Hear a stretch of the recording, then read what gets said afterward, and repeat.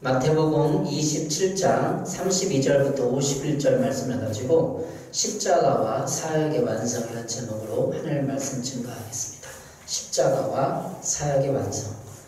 이번 주는 고난주간입니다. 예수님께서 이번 주에 잡히셔서 고난을 당하시고 금요일날 십자가를 지시는 날입니다. 성금요일이라고도 합니다.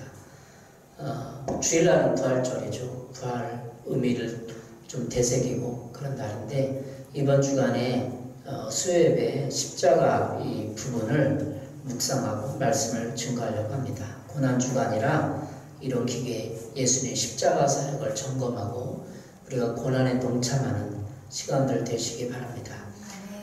십자가 그리고 십자가의 사역의 완성. 예수님은 십자가를 지셨기 때문에 사역을 완성하셨습니다. 이 땅에 오셔서 복음 전도하시고 치유 사역하시고 또 설교 사역하시고 하셨죠. 세 가지 사역을 했는데 세 가지 사역뿐 아니라 십자가 사역을 완성해서 인류의 모든 죄를 대속하고 십자가에서 죽으셨습니다. 십자가 사역이 없었다면 아마 그 세 가지 사역, 치유 사역 또 설교 사역, 복음 전도 사역도 의미가 없을 거라고 생각이 들어요. 십자가가 있기 때문에 예수님의 그 사역이 더 빛나는 것이죠. 그래서 우리 교회는 치유 사역을 하는 교회인데 꼭 치유 사역만 하는 거 아니고 치유 사역을 중점으로 영적인 사역을 감당하는 교회입니다. 예수님이 이 땅에 오셔서 병도 치유하셨고 인간의 연약함들도 치유하셨는데 십자가에서 그러면 십자가만 죽고 인류의 모든 죄만 해결했느냐 그런 건 아니에요. 십자가 사역을 통해서 치유 사역과 복음 전도 사역과 또 설교 사역이 다 함께 온전히 사역이 이루어졌다는 것입니다. 예수님이 십자가에서 하신 말씀이 뭐죠? 오늘 46절에 엘리 엘리 라마 사박다니 이는 곧 나의 하나님 어찌하여 나를 버리셨나이까.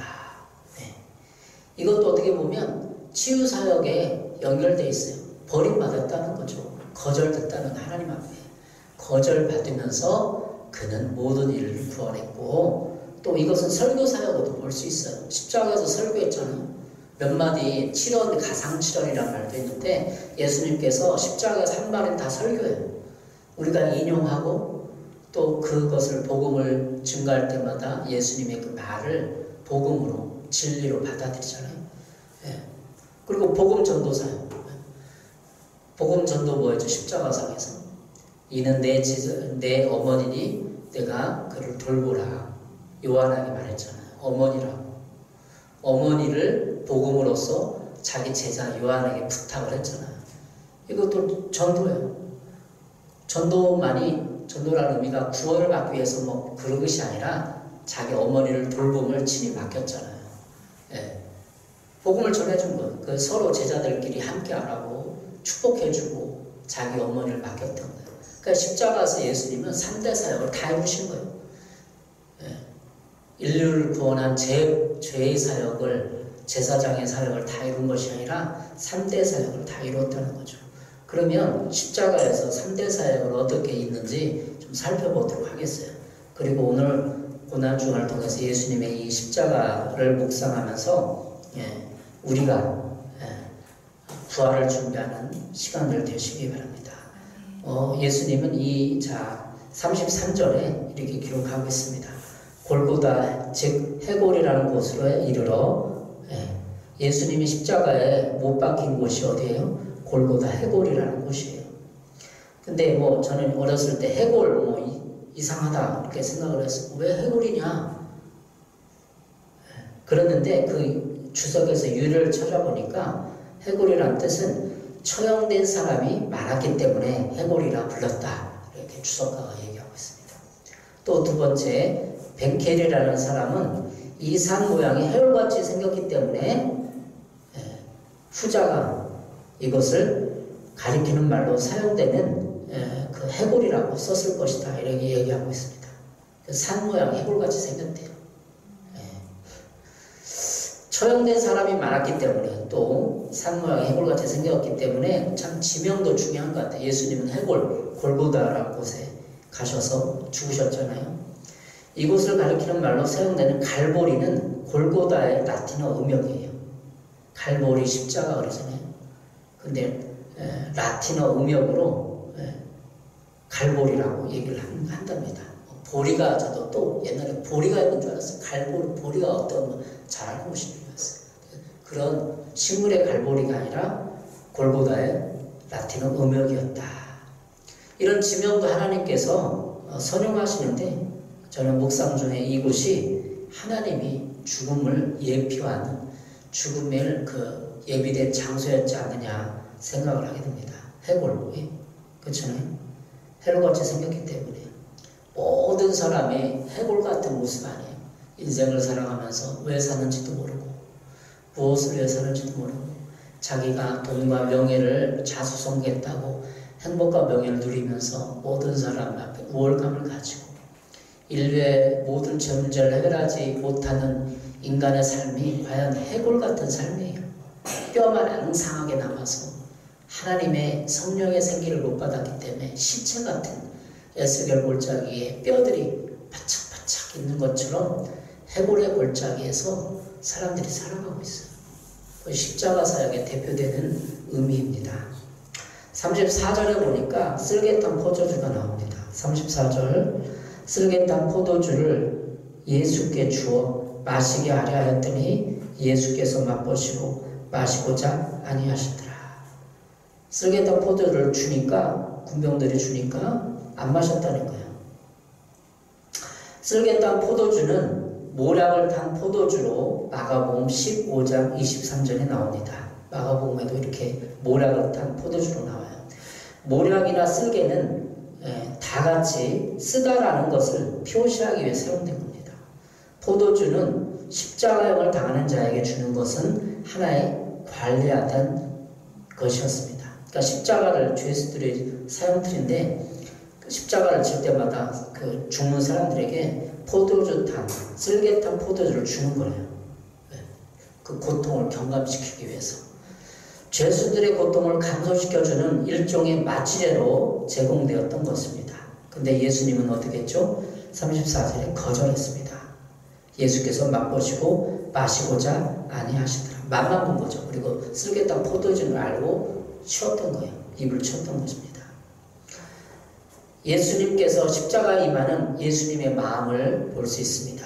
쓸개탄 포도주를 마시지 않았다는 것은 예수님께서 맛보시고 예수님은 그것을 마시려고 하지 않은 이유는 즉 예수님은 포도주를 마시지 않았으므로 만찬석상에서 하신 말씀을 이루려고 하셨습니다. 마태복음 26장 29절 그러나 너에게 이르노니 내가 포도나무에서 난 것을 이제부터 네 아버지의 나라에서 새 것으로 너와 함께 마시는 날까지 마시지 아니하리라. 예수님께서 만찬을 차리고 제자들과 마지막 식사를 하실 때 이제부터는 포도주를 마시지 않겠다 얘기를 했어요. 그 약속을 지키시고 또 다른 의미가 있는 것이죠. 하나님께서 당신에게 내리신 잔을 회피하지 않고 한 방울도 남김없이 다 마시고자 하신 것입니다. 예. 마태복음 20장 22절 예수께서 대답하여 이르시되 너희는 너희가 구하는 것을 알지 못하는도다. 내가 마시려는 잔을 너희가 다 마실 수 있느냐? 그들이 말하되 할 수 있나이다. 예수님께 만찬석상에서 잔을 드시고 말씀하셨죠. 예? 너네들이 내가 마시려는 잔을 마실 수 있겠느냐? 예수님께 제자들도 마실 수 있다고 했잖아요. 이 마시는 잔이 뭘까요? 잔이 상징하는 것. 잔은 십자가의 죽음을 말하는 거예요. 모든 인류의 죄를 위해서 자기가 고통당하고 희생하고 죽음으로써 그 사람들을 살리는 이 잔 의미가 그런 거예요. 그래서 예수님께서는 잔에 있는 마지막 한 방울의 포도주도 이 만찬석상을 마시고 다시는 마시지 않겠다. 그 잔이라는 것은 예수님께서 육체의 고통을 받아서 인간의 죄에 대한 고통을 맛보시고 그 죄를 저버리지 않으시고 친히 담당하셨다는 의미입니다. 예수님은 작은 고통까지도 우리의 죄사함과 고통을 담당하시려고 몸부림 장면에서 우리가 배우는 교훈은 바로 예수님의 그 마음 자세입니다. 우리는 될 수 있으면 고통을 피하려고 하지만 예수님은 고통에 맞서서 우리의 인간적 육체의 고통을 친히 맞서려고 하시는 것입니다. 예. 쓸개탄 포도주가 마취제인데 마취제를 안 먹은 거예요. 그럼 얼마나 고통스럽겠어요. 왜 안 먹고 거절하셨을까? 인간이 당하는 육체의 고통을 다 당해보고 내가 너희를 위해서 이만큼 사랑한다 보여주고, 나는 육체의 고통을 당했기 때문에 모든 인류가, 모든 사람들이 육체의 고통을 당할 때마다 내가 함께하리라, 그 마음과 함께하리라 라는 거예요. 인간에 있는 질병, 그 고통, 교통사고 날 때 뼈가 부러지고 피가 나고 그 인간의 마음의 고통까지 예수님은 친히 거절 않고 하고 다 당해보겠다. 내가 그만큼 너희들을 사랑한다. 나는 이 고통까지도 거절하지 않겠다. 그 잔이라는 게 그런 거. 너희들이 나의 잔을 마실 수 있느냐? 라는 거죠. 예. 그러니까 예수님이 그 마음 자세, 십자가를 질 때도 그 마음 자세를 볼 수 있어요. 우리는 십자가 하면 우리 가정의 이런저런 경제적인 문제, 이 십자가라고 하면 주님을 따르면서도 힘든 거, 고통스러운 거, 십자가라면 십자가를 대부분 안 지고 싶잖아요. 그리고 그거를 도망가려고 하잖아요. 사명도 뿌리치고 도망가고 쉽게 즐겁게 살려고 하잖아요. 예수님이 십자가에서 그 쓸개탄 포도주까지도 마시면서 고통을 당해보려고 하는, 우리는 예수님의 고통에 고난에 동참하지 않고 고통을 맛보지 않고 천국 가려고 살아보려고 발버둥쳐요. 이게 인간의 연약함이죠. 마태복음 26장 39절입니다. 조금 나아가서 얼굴을 땅에 대시고 엎드려 기도하여 이르시되 내 아버지여, 만일 할만하시거든 이 잔을 내게서 지나가게 하옵소서. 그러나 나의 원대로 마옵시고 아버지의 원대로 하옵소서. 예수님도 그 잔을 받지 않고 그냥 십자가를 지나갔으면 좋겠다. 예? 그러나 내 아버지께서 만일 할만하시거든 이 잔을 내게서 지나가게 받지 않고 싶습니다. 그러나 나의 원대로 마옵시고 아버지의 원대로 하옵소서. 이것이 주님을 따르는 제자의 삶이고 사역자의 삶이고 꼭 우리의 모든 그리스도인의 삶이에요. 나의 원대로 마옵시고 아버지의 원대로 되기를 원하나이다. 히브리서 4장 16절부터 4장 14절부터 16절까지 읽어보겠습니다. 그러므로 우리에게 큰 대제사장이 계시니 승천하시니 곧 하나님의 아들 예수시라. 우리가 믿는 도리를 굳게 잡을지어다. 우리에게 있는 대제사장은 우리의 연약함을 동정하지 못하실 리가 아니요 모든 일에 우리와 똑같이 시험을 받은 이로되 죄는 없으시니라. 그러므로 우리는 구별하심을 받고 때를 따라 돕는 은혜를 얻기 위하여 은혜의 보좌 앞에 담대히 나아갈 것이니라. 옛날 성경에는 히브리서 4장 15절에 있는 말씀, 우리에게 있는 대제사장은 우리의 연약함을 동정하지 못하실 리가 아니라, 이 말은 옛날 성경은 체휼이라는 단어로 나와 있어요. 체휼이라는 단어는, 체휼은 인간에게 있는 지극히 정상적인 동정 또는 동감의 의미를 가지고 있다는 것입니다. 우리 연약함을 동정하지 못하실 리가 아니요. 왜 예수님께서 쓸개탄 포도주를 마시고 그 고통을 감내하셨을까? 우리의 연약함을 동정하지 못하실 리가 아니고 우리 연약함을 동정하기 위해서요. 동정하기 위해서. 그래서 예수님의 공생의 사역에 나오면 예수님의 사람들을 어떻게 여겼냐? 궁일이 여겼다 이렇게 나오거든요. 궁일이 여겼다. 그러니까 우리가 인간관계의 철칙에서 내 남편, 내 자녀, 모든 사람들 볼 때 궁일이 여겨야 돼. 그러니까 예수님의 모든 인간관계의 핵심을, 예수님이 인간의 연약함을 동정했다는 거. 그 고통을 감내하면서. 쓸개탄 포도주도 안 받고 그냥 받고 마취제를 먹었다면 고통이 없는 거죠. 왜 고통 안 받고 싶죠? 우리도 육체적으로 죽는 순간에도 우리는 고통 안 받고 싶은 거. 그냥 자연스럽게 자연사하고 싶은 게 있잖아요. 예수님을 보면서 십자가를, 고난을 보면서 다 깊이 새긴 의미는 예수님 우리의 연약함을, 곧 육체의 고통, 질병을, 마음의 병까지, 정신병까지 동정하기 위해서 고통을 더 당했다는 거. 그럼 우리가 주님을 바라보면서 뭐 꺼내놓을 게 뭐가 있어요? 우리는 연약함을 동정하는데 그 연약함이 육체가 아니라 괴로워 나태하고 육체에 속한 이 모든 육체의 속성들만 아니에요. 인간의 그 고통, 누가 살짝 피면 하나 발라도 하고 배고프고 이런 걸 예수님은 동정하기 위해서 십자가를 주시고 십자가에서 우리의 내적 치유사역까지 다 이루시고 동정하신 분이에요. 체육하신 분, 신이 육체로 체험을 하고 동정하기 위해서 고통을 감내하신 분입니다. 그러므로 우리는 국민하심을 받고 때를 따라 도는 은혜를 얻게 하여 은혜의 보좌 앞에 담대히 나갈 것이냐. 히브리서 4장 16절입니다. 규문하심을 받고 왜 예수님께서 그 사람 자체이기 때문에 모든 사람들을 긍휼히 불쌍히 여겨요. 그러니까 예수님이 십자가에서 지셨기 때문에 그 모든 사람들의 그 마음, 상태 이것을 다 긍휼히 불쌍히 본다는 거예요. 그래서 우리가 치유게 되기 위해서는 예수님 앞에 나가서 내가 불쌍한 것을 나도 확인해야 돼. 왜 우리가 복을 못 받고 어렸을 때 상처로 인해서 이 세상 고난과 고통에 대해서 내가 꺼내놓지 못하고 거기서 그걸 받아들이고 수용하고 존귀한 자로 태어나지 못하는가? 주님의 긍휼하심을 못 받기 때문에. 어렸을 때 부모가 또 사람이 가정에서 직장에서 사람들은 우리를 어떻게 봐요? 긍휼하게 보나? 불쌍하게 보나? 아니에요. 우리의 점수를 매겨놓고 그 점수에 맞으면 나쁜 놈,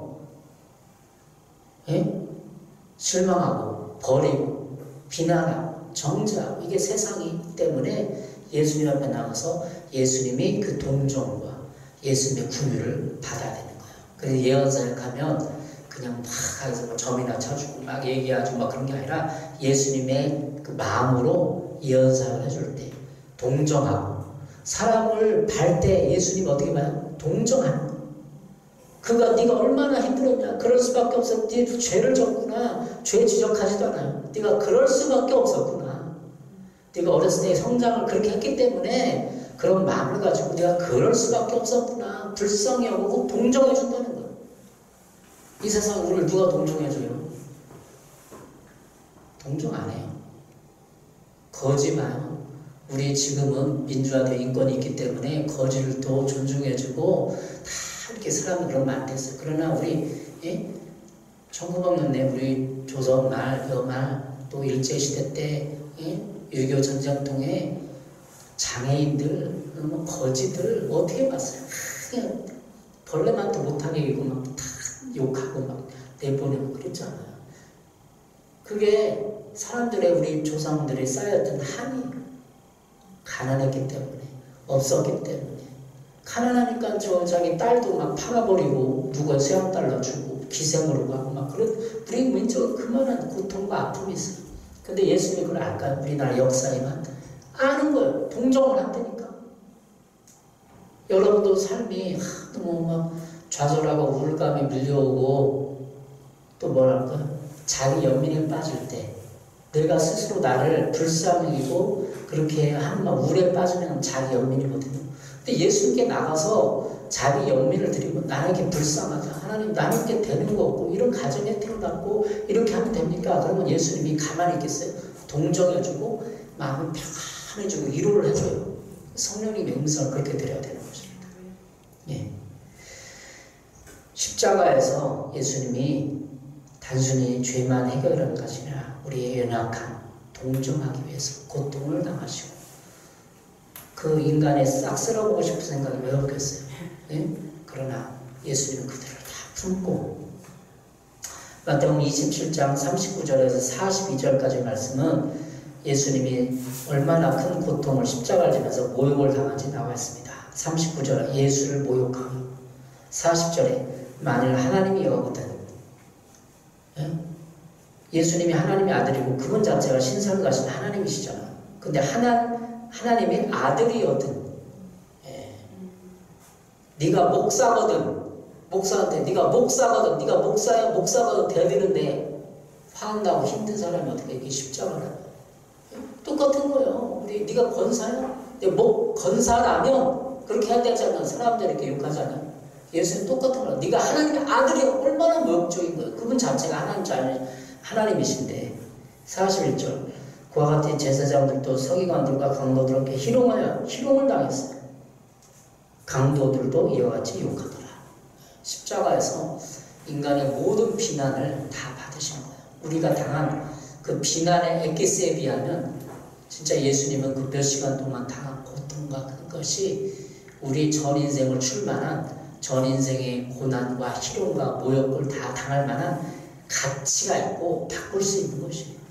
그래서 우리는 이 땅을 살면서 희롱을 당하고 모욕을 당하고 놀림을 당하고 욕을 받고 이 모든 것을 예수 십자가에서 예수님이 당해봤기 때문에 그 고통을 예수님께서 긍휼히 여기고 동정하면서 우리 연약함을 치유하고자 하는 십자가의 사역이 있는 것입니다. 예. 그래서 십자가를 깊이 묵상하고 예수님이 당한 그 말 조롱들 생각해보고 내가 그곳에 못 박히고 내 육체를 못 받고 내가 주님과 함께 동행하고 그 보면 내가 당한 인생의 어렸을 때부터 당한 고난과 고통과 아픔과 모욕과 희롱과 저주가 다 십자가에서 해결되는 것입니다. 마태복음 23장 23절 율법에 더 중한 바 정의와 긍휼과 믿음은 버렸도다. 예수님께서 십자가를 지시기 전에 사두개인들 바리새인들을 향하여서 하신 말씀이에요. 이 땅에 살아가면서 율법은 끊임없이 우리를 정죄해요. 사람의 판단으로. 그러나 예수님께서는 마태복음 23장 23절에 화했을적 외식하는 서기관들과 바리새인이여 너희가 박하와 회양과 근처에 11조를 드릴 때 율법에 더 중한 바 정의와 긍휼과 믿음은 버렸도다. 그러나 이것도 행하고 저것도 버리지 말아야 할지니라. 예수님께서 율법을 통하여서 율법 정신 정의와 긍휼과 믿음은 버렸도다. 이렇게 말씀하시면서 율법 정신, 정의와 긍휼과 믿음을 갖기를 원하신다는 것이죠. 우리가 살아갈 때 가정에서 또 직장에서 내 남편을 향하여서 법에 따르지 않고 이렇게 하지 않았을 때 말도 안 듣고 많은 이런 걸 정했을 때 정의, 긍휼이 있는가? 남편을 대할 때 아내를 대할 때 진짜 긍휼이 있는가? 예수는 긍휼 자체예요. 불쌍하게 어렸을 때부터 그 엄마 뱃속에 있을 때부터 엄마의 죄로 유전되고 그 고통을 당하고 나온 걸 예수님은 처음부터 탄생부터 쭉까지 보신 거예요. 그러니까 불쌍히 여기 있는 거예요. 우리는 결혼했어요. 남편이 어떻게 살아왔는지 어떤 생각을 살아왔는지 몰라요. 그러니까 남편의 현재의 상태에 대해서 자꾸 비난하고 잔소리하고 이해가 안 되고 긍휼을 못 느끼는 거예요. 그래서 결혼하면 아내와 남편에 대해서 인생에 대해서 들어보고 그걸 긍휼히 들어봐야 불쌍히 여길 수 있는 것이죠. 여러분도 여러분의 인생 주님이 바라보는 관점 예언사역은 다른 게 아니에요. 예수님의 마음으로 정의와 긍휼과 믿음을 가지고 대언해 주는 거예요. 긍휼을 가지고 동정하면서 하는 거예요. 비난하고 정죄하고 때려잡고 그것이 아니라 예언사역은 동정하는 거예요. 예수님의 마음을 품고 그러면 그가 일어나고 치유되는 것입니다. 예. 예수님은 마태복음 27장 46절에서 거절됐어요. 엘리 엘리 라마 사박다니 이는 곧 나의 하나님 나의 하나님 어찌하냐를 버리셨나이까. 예수님께서 마지막으로 거절받으시고 십자가 대사명을 완성하셨을 때 우리의 모든 거절감까지 치유하시길 원하십니다. 예수님께서 죽으시고 영원히 떠나가셨을 때 50절에 성소 휘장이 51절에 위로부터 아래까지 찢어졌습니다. 마태복음 27장 51절 이에 성소 휘장이 위로부터 아래까지 찢어져 둘이 되고 땅이 진동하며 바위가 터지고 성소 휘장이 위로부터 찢어졌다. 그것은 성소와 지성소 사이에 휘장이 찢어짐으로 말미암아 우리가 지성소에 갈 수 있다는 거예요. 이 땅을 살면서 우리가 성전들 또 지성소 아니 성소 이런 데 있으면은 우리가 진정한 예수님의 복음을 몰라요. 그러나 성소까지 들어 지성소까지 들어가서 성소 휘장이 찢어졌으니까 누구를 통하지 않고 지성소에 들어가서 지성소에는 언약궤가 있는데 언약궤 안에 아론의 쌍난 지팡이가 있고 말씀 두둑발 십계명이 있고 그 모든 것이 상징하는 것은 예수님의 그 긍휼과 언약과 모든 걸 상징하는 거예요. 예수를 믿을 때 지성소의 신앙 우리가 들어가서 그 말씀 두판 하나님의 그 믿음과 사랑을 받고 언약을 기억하면 언약이라는 약속이거든요. 십자가를 졌기 때문에 우리의 모든 죄가 없어졌다. 이게 약속이에요. 언약. 우리는 모든 죄가 없어졌어요. 고백만 하면 없어지는 거예요. 단순합니다. 기독교 진리는 죄를 회개하고 고백하면 없어지는 것입니다. 모든 인류의 고통과 이 모든 것을 예수님께서 동정하고 없어지는 것입니다. 천국 갈 때까지 새기고 모든 사람을 불쌍히 보십시오. 여러분도 주님 앞에 불쌍히 여김을 받으십시오. 왜 내가 그 일을 과업을 못 성취했는지 주님 앞에 나가서 털어놓으십시오. 오늘이 이 말씀이 고난주간을 향한 우리들의 메시지입니다. 하나님께서는 십자가에서 사역을 완성하셨습니다. 그 사역의 완성은 우리의 모든 연약함, 치유까지도 회복하는 그런 사역입니다. 기도하시겠습니다.